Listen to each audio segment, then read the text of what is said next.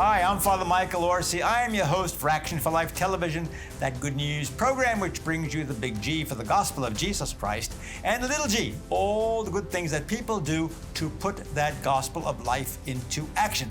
Hey gang, we have a friend with us today, Lauren Muzyka. She's been on our program before, and for full disclosure, as any attorney would preface his remarks, she's a personal friend of mine, and I personally like her very much. Why? Because she's not only a nice person, but she's a smart person, and she puts her money where her mouth is. And she has been involved in the pro-life movement like a million years or so, something like that. And we know each other a long time. I was only a mere youth when we first met. I wasn't even gray-haired. Well, maybe I was. But anyway, she is in charge of a group called Sidewalk Advocates. And most of you, I'm sure, have seen or know about Sidewalk Advocates. They're folks who, go outside of Planned Parenthood or some other abortuary, and they pray for the people going in to procure an abortion, that they have a change of mind and a change of heart. And Lauren, not only does she belong to the group, but she's created a whole curriculum for Sidewalk Advocates. And I'm going to ask her today, tell us a little bit about that curriculum, because wow, it's powerful, it's well done, and you know what, gang, it works. And that's what I like. I like it to work. Action. Okay, Lauren, tell us about it. Love it. Well, Father Orsi, so great to be back with you and all of your listeners today. It's just such a joy. Again, we get to join together to co-labor in the Lord's harvest field here in post-Roe America. We've got a brand new landscape, right, where the battle lines have been drawn. Some states have run to protect innocent human life, while others are ferociously defending abortion and have even been termed, in some respects, abortion destination or abortion tourist states. But the bottom line here is that no matter where we find ourselves, I know, unbelievable, right? Abortion wherever we find state. Ourselves. All right. I don't understand it. It's so logical to me that when we look at the earliest moments of human life, we see a unique, irreplaceable, individual human life that is worth protection, that has dignity from its earliest moments. You and I were once that small. If our mothers had done something with us, even at that earliest moment, we would not be here today. Just another stage of human development. Human life is precious, right? And so this is the greatest human rights battle on earth right now. And what we do here at Sidewalk Advocates for Life is we train, equip, and support those who have a heart to go to where pregnant women in need are. And in post-Roe America, that is at our abortion facilities. It's at our abortion referral facilities, especially now in the abortion restricted states. A lot of people don't realize that the abortion industry is still very much on the ground in Texas and Louisiana and Tennessee. And again, these wonderful states that have run to protect innocent human life. They're still working to get women across state lines. They're still working to send the abortion pill into their mailbox, right? And then we also have groups that are just going out into the proverbial town square and interfacing with women facing an unexpected pregnancy, spreading the word in their local community about the Life Affirming Pregnancy Resource Center and beyond. So the bottom line here is that no matter where we find ourselves in post-Roe America, pregnant women need us. Pregnant women in need us, and we need to be there. So we are so thrilled to be able to provide to communities a comprehensive training, tools, and support package. We've got 233 teams across the United States, Mexico City, Puerto Rico. We're now even in the country of Colombia. So we're starting to spread internationally. Wow. And again, we just journey alongside these saints who have said yes to going to the darkest place in their community to hand out life-affirming alternatives to those entering and exiting an abortion or abortion referral facility. But again, we're even there for the pregnancy centers who are taking their mobile units out into the community, or people who are otherwise seeking to interface with those who need Okay, what are the some good of the news things of that options. you teach people who are interested in being an advocate for life? What do you teach them? How do you engage somebody? Where do you stand? What do you have to offer them? Yeah. Yeah, there's just a lot of really good practical information. Like, if I am called to this, how do I fulfill this call in the most effective way possible? And so our values are peaceful, prayerful, loving, and law abiding, right? And so when we go to one of these places, like to your point, did you know that you can stand at the driveway on the cusp of the driveway? Again, most of the time it's on public right of way. And we are able, it's constitutionally permissible to invite a car to stop and to take information. We can put people at the fence, right? And then how do we, in a very short amount of time, possibly with that client, make that pitch for life? And so it's about right away introducing yourself, getting out news of the local life affirming pregnancy resource center. We're so excited to be champions of our pregnancy resource centers and, again, other life affirming services in our community. We're the gateway to those. And so in the 10 or 15 seconds that I may have with somebody at the driveway, can I give them an information along with literature to back up what I'm saying? So again, if I can't talk to them once they get into the parking lot, at least they can read that literature, right? I mean, just when we get out news of options and resources, we're seeing some women turn around in the Planned Parenthood driveway in 15 seconds. Some will folks, need a longer conversation. I've seen it. They turn around right in the parking lot. Yes, they do. Yep. And it might be Absolutely. just because so sometimes they it's hand that simple. something, right? You might hand some literature through the car window, right? That's right. Yep. Yeah. Literature through the car window. And there will be some people who need the longer conversation. And so we train advocates in how to ask and listen, how to understand what the need or set of needs would be that brought her to the abortion or abortion referral facility. And then we fill those in a life affirming manner, because there's always a reason, a perceived crisis in someone's life that leads them to one of these places. And so if we as a people of God can stand in the gap and speak words of peace and hope into their circumstances, a lot of women will begin to cry and they'll say, yeah, I didn't want to do this anyway. And they'll really take refuge in that offer of help that we've just made. Okay, I want to ask you something. Sometimes you see signs, people, parading back and forth, walking back and forth at an abortion clinic, okay? Sometimes the signs are very nice. Jesus loves you. Your mother had you, something like that. But then sometimes you see some pretty gruesome signs. What's your advice on this? Yeah, I like signs that are woman-oriented and help-oriented. What the research shows us is that a woman who's considering an abortion is in crisis or self-preservation mode.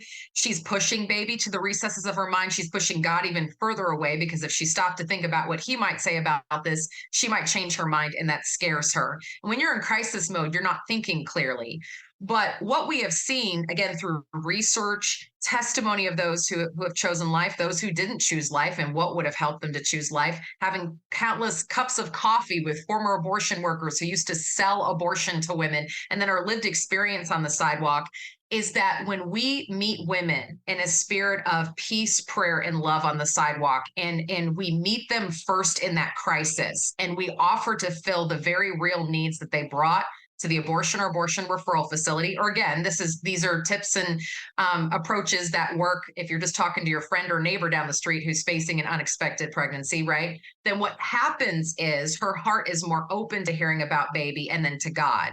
And so if you go out to the public right of way and your baby, or even more impactful would be having an abortion victim photo that maybe she's just not ready to receive at that moment. I like those best in an educational setting where there's a chance for dialogue, right? Where people can work out their very difficult feelings. But I don't like them on the sidewalk right when you're getting ready to interface with a woman, because she's in crisis mode. She's in mom, I need help mode, right? And if we are not able, again, the idea is Christ met us in our great need. He saw our crisis and he met us where we were at and loved us to where we needed to be. If we're not willing to first go there and say, I care about you as a person and whatever situation brought you here, she's not going to hear what we have to say about baby and about God. So that is really the key that unlocks the rest of the conversation. Okay, so anyway, let's go back to the car entering the abortion clinic.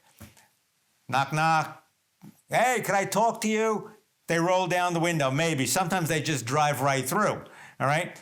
Yeah. do you say, well, would you read this? Or, hey, could we talk about it? What do you say to them to show them that, hey, Yeah. Great you're there question. because you care about them? Sure. It is a friendly wave. It is a big smile. We want to stop every car that comes in there if we can. Again, we can't make cars stop, but we can invite them to stop, right? So a big wave, a smile, and I love to do the universal roll down your window sign. And windows are not soundproof. So you can start talking, hi there, I'm Lauren, introduce yourself real quick. Let there be a little bit of a professional rapport that starts immediately. And then I let her know right away, hi there. I've got free pregnancy tests, free sonograms, free options counseling at our women's center down the street. Saves you maybe up to $275 today if you go with our services instead. Are you in need of those services? I like those opening lines because I might get, especially if I'm at a driveway, I might get 10 or 15 seconds with her, right? And then I've gotten out all the help. I am handing her a gift bag as I'm talking to her with maybe literature tucked inside, and it's got Pregnancy Resource Center information right on the front of it. And so when she receives that, she's hearing me, she's seeing where she can go for help. She already is hearing the message through that people care for her, that she has other options, that she doesn't have to do this today, right? And so all of those things are working together. And again, this is why we're seeing, Father, sometimes turnarounds in the Planned Parenthood driveway in 15 seconds. That alone, the free services at the Life Affirming Pregnancy Resource Center is sometimes enough to get someone to turn around right then and there. But if she's like, well, I've got an appointment or I'm thinking about it, then a great question is, what is it that brings you guys here today? Is it finances? Is it family? We would love to help you with anything that you might need, trying to figure out why they're there. And then as soon as I hear that reason, speaking to how we can help. And then the last step is just empowering them to leave. Can we get you next door? Can we get you 1 mile down the road to our women's center? You're going to love it. Betty is on duty right now. I've been there. She's just a doll. She'll serve you any way that she can. We're here for you. It's just this constant message of support and care and love. And you don't have to do this. And we want to save you from this pain today. There's so much hope available. So really leaning into that. And you'd be surprised how much you can get out in a short amount of time. Again, if you've only got a short amount of time at the driveway, they don't stop at the driveway. I like to put a sidewalk advocate at the fence and then see if we can motion them over to converse. Sometimes you miss them both places and boyfriend comes out to the porch and he's smoking a cigarette, or the friend is running back and forth to the car. And so again, just like the scriptures say, we're praying for every opportunity in the spirit. Well, what How I've can noticed, we Lauren, reach this family? Sometimes, we're at the driveway of Planned Parenthood, and the car goes through. They get out of the car, the woman and maybe the boyfriend, whatever the case may be, and then we used to try to, hey, could we talk to you for a moment before you go in there, And then they start to play music, the Planned Parenthood blaring music, and then some in quotes escort comes with a great big umbrella to shield them from people who are trying to get their attention. Right. Is there any way to overcome that? Is it only prayer? How do you do it then? Yeah, that's a great question. I think in cases where, the old Pink House in Jackson, Mississippi, the very abortion facility at odds in the Dobbs v. Jackson case, used to do that as well, right? They would blare music so loud that it was hard for sidewalk advocates to talk, or they sent out these very aggressive abortion center escorts. So again, we're used to navigating this in Sidewalk Advocates for Life. In situations like that, I really like to have very large, bright, colorful, woman-oriented, help-oriented signage that says, and we've got them in our leaders store, free pregnancy test and sonogram, or ask me about free services, or, something like that. Or, it's pointing to the pregnancy center and say, free services at X, women's center, 1 block west, right? And so what we're basically saying on that signage is there's a way to get around those nefarious schemes of Planned Parenthood. They might block you out with sound and umbrellas, but hey, people can read. That's right. They can read and look. We've talked to former Planned Parenthood director Abby Johnson at length about this. Difficult abortion center escorts. This is part and parcel of the work that we do.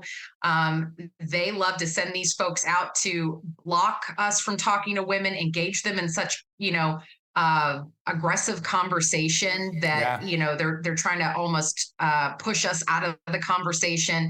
Look, sound bends around escorts, of course, excepting for when music is blaring, but quite often we can say, I don't know why this person wants to block you from getting this information. This person believes in choice, so they won't mind me giving you our information to our women's center down the road, right? Sometimes saying the most simple things, or just saying, hey, you can come talk to me at any time. I'm going to be here praying for you. Our women's center is 1 block down the road. We'd love to help you, right? Just some sort of help-oriented, peaceful, supportive message that reminds her that you're there. Of course, if an abortion center escort threatens your person or property, you should call the police. We are claiming that ground for the Lord. Yes, we are people of peace, prayer, and love, but we are not doormats either. And we're out there to claim that territory for God, to make sure that women in crisis have what they need to really, in a sense, have informed consent, to make a real choice, right? Mm-hmm. I don't know why these escorts work so hard, apart from the fact that they are seeing these women as dollar signs. They keep telling us to trust women. Well, why can't we give them a pamphlet? Why can't we let them know about the free services down the street? What's so scary about that? What's so wrong about that, right? So sometimes, again, we have to work around these people or say something. I've seen some real meanies. I mean, folks, they're mean. I mean, like kind of witchy. And then we had even have some escorts who are men. And, I don't know what their investment in this is, but remember our friend Bernie in Michigan? Holy cow, was he mean? He'd see me coming. He was like, wow, like he saw the devil approaching him, or vampire, whatever it was. But he was always yelling at me and all that stuff. But, I thought about like giving a punch in the nose a few times, but then I thought, I better not. I'll get in trouble. It'll kind of blow the whole thing of peaceful prayer. So I didn't punch him in the nose. But he deserved it. He deserved it. He was vulgar.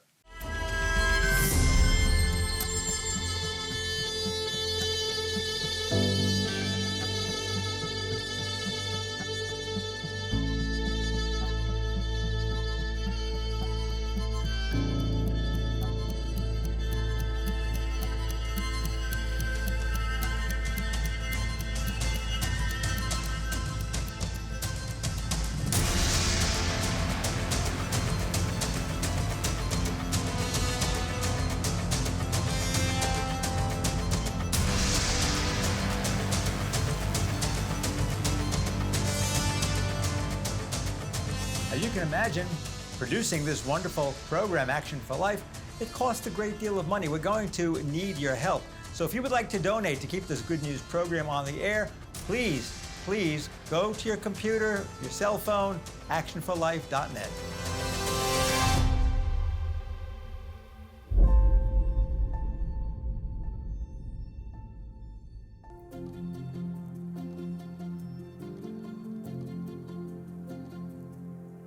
Our thought for the day: I hope that all of you have Bibles in your home. The Bible is the Word of God, and there's nothing more powerful than God's Word.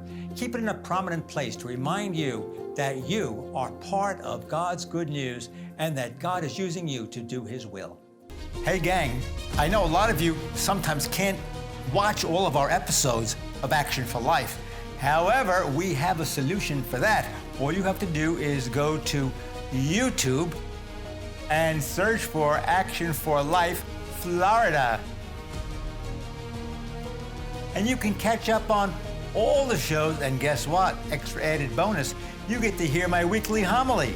So YouTube and you make a fine couple. I remember our days in Ann Arbor, Michigan, Father, when we all used to go pray, and some of us were designated to Sidewalk Council. And, Bernie would, this famous abortion center escort there in the Midwest, at the very least, he would, he would say things to me that were so derogatory, vulgar, ugly, and you just got to take these people in stride, right? They're trying to throw you off your game. They're trying to steal your peace.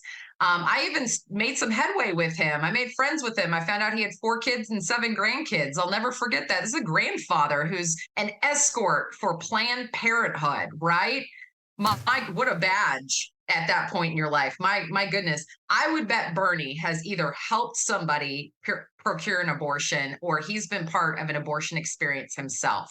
And it is some sort of mode of pain and justification that has kept him chained to the abortion industry. So, like Lauren is saying, I mean, these people probably have their own issues, and it's not always simply political. But, folks, you got to be nice to them, too. You meet them, and you treat them as, Christ would want you to treat them, and try to engage them in a way that they can say, well, maybe I should think this over. They're really nice people. Instead of, going back at them, and you don't want to say anything nasty or derogatory to them. You don't want to get into that, and don't punch anybody in the nose. When I was younger, I thought of those things, but now I'm more mature and more mellow. I wouldn't do that. Well, don't agitate me. We'll see what happens. Okay. Right. All right. Right.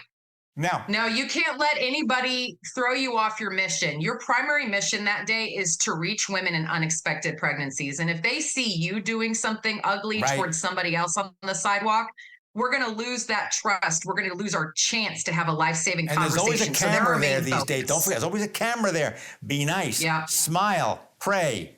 Okay? No yelling. Okay? Don't let it get to you. Don't let it get to you. Yeah, you just got to go out there. Okay. Armed with prayer and armed with knowledge of your mission, which is to help save lives. And sure, when you're not reaching out to clients, we do reach out to the workers and invite them to Abby Johnson's abortion worker ministry. And then there were none. And we have helped 86 eternal souls leave the abortion business since we started 9 years ago. So it does work. We are winning workers out of the industry. And this is aside again from the 20,000 mothers that we have served and babies that have been saved over the last 9 years. And so again, our primary mission is to help save lives that day and help save families from the crisis of abortion. And then secondary to that would be reaching out to the workers. Yeah. Now I got to ask, this is a little bit off topic of the Sidewalk Advocates. We are coming up on an election, another year and a half or two, whatever it is. And we have a lot of people who are, say, pro-life or Republicans, and they're saying, well, in order for us to win the election, we have to kind of tone things down. We have to compromise. It's not like from conception till natural birth, no exceptions, death of the mother, some kind of deformity of the child. And what do you say to these people? Because if that message gets out, it means, well, okay, let's compromise our beliefs just to get an election. One. I would tell them that life is a winning issue. And we have seen this time and time again. In this most recent election, we saw that those who really spoke to the dignity of every human life, when that was part of their platform, when it was something that they took to the microphone and took to rallies and took to the people, right? We saw time and again that people were eager to get behind them and to elect them. We saw this in Georgia. We saw this in Florida. And I believe we're going to continue to see it. And so, again, this is an issue that we have to be talking about and holding our elected officials' feet to the fire because this is the most important issue of our age. It is, aside from Christ himself, life is our first gift. And without this right, we have nothing else. And I'm a huge believer in the relationship between law and culture. This is actually something that I learned from one of my great professors at Ave Maria School of Law when I was a student there, right? We need to understand that the reason that the Dobbs decision happened is because there was a movement of the people. We love to pretend that the courts are independent and they are not affected by what's going on in the culture. And that's just not true. I mean, at the very least, we elect the people who nominate the justices, who confirm the justices, right? And so we need to understand this relationship here. And so as we stand up and show up, as we advocate and educate, the idea is that the law will change. There was a movement in the people that allowed Roe v. Wade and KCV Planned Parenthood to stand, this scourge on our nation for nearly 50 years. And it was because the people rose up in prayer, education, advocacy, and so much more that created the perfect storm for the Dobbs decision to be handed down.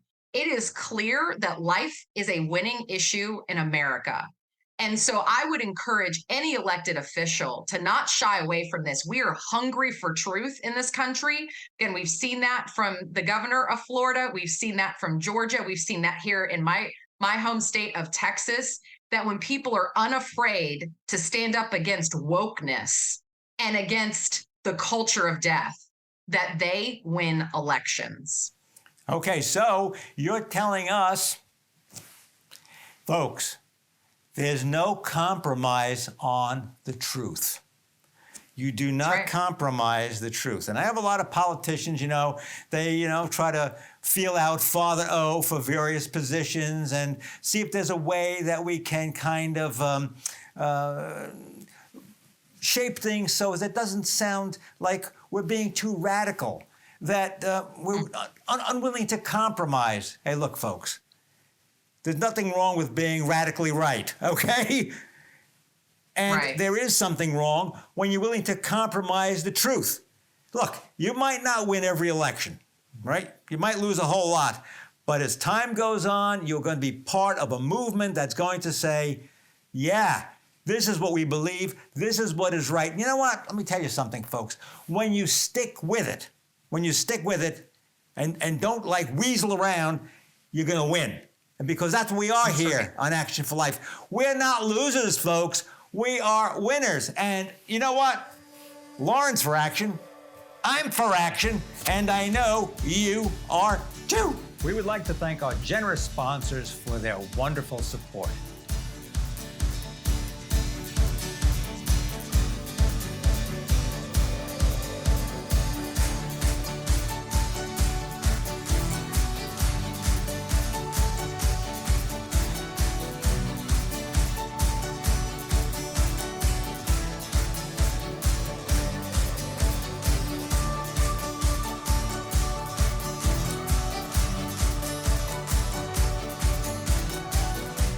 Thanks for watching. Please join us next time for Action for Life. I'm for action, and I hope you are too.